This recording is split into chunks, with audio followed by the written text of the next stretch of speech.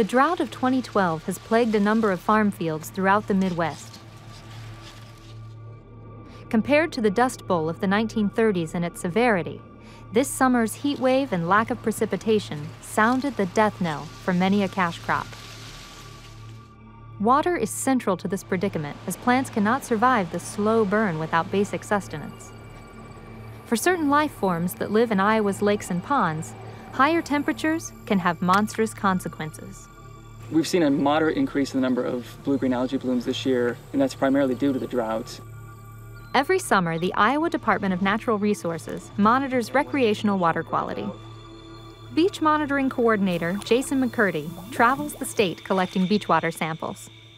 Our primary goal is to protect public health. We want to make sure everybody who's coming out here to swim has the information they need to make an informed decision about whether or not they should go in the water. Exposure to high levels of microcystins present in blue-green algae can cause itching, skin rash, sinus and lung irritation, as well as vomiting and diarrhea. Experts say the best thing to do if you or a loved one display these symptoms is shower immediately and seek medical attention. There are a handful of algae native to Iowa, and their complexity are best expressed to human eyes under the lens of a microscope. Iowa Lakeside Laboratory on West Okoboji Lake in northwest Iowa has become a virtual mecca for algae research.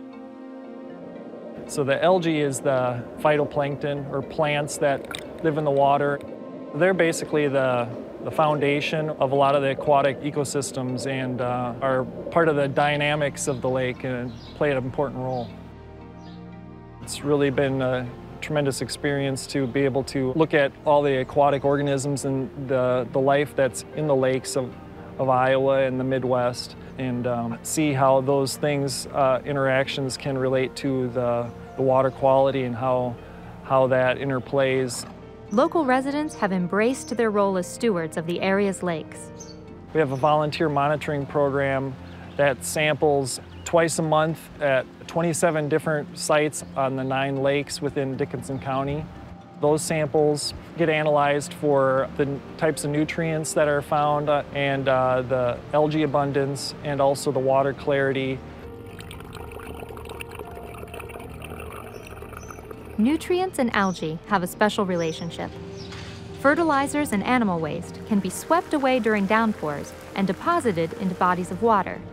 These conditions are ideal for the growth of algae and cyanobacteria, or what has been known as blue-green algae. In truth, blue-greens are not algae at all, but photosynthetic bacteria.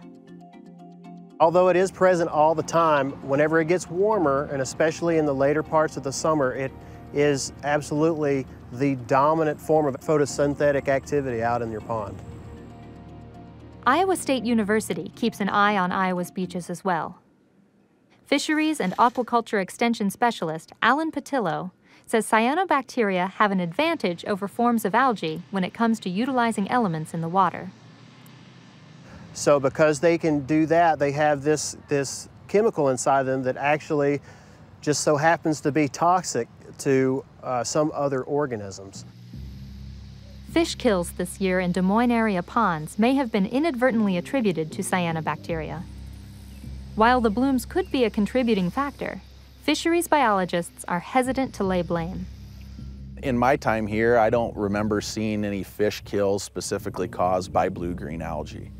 Warm water holds less oxygen. During a drought, this can place undue stress on fish in confined spaces.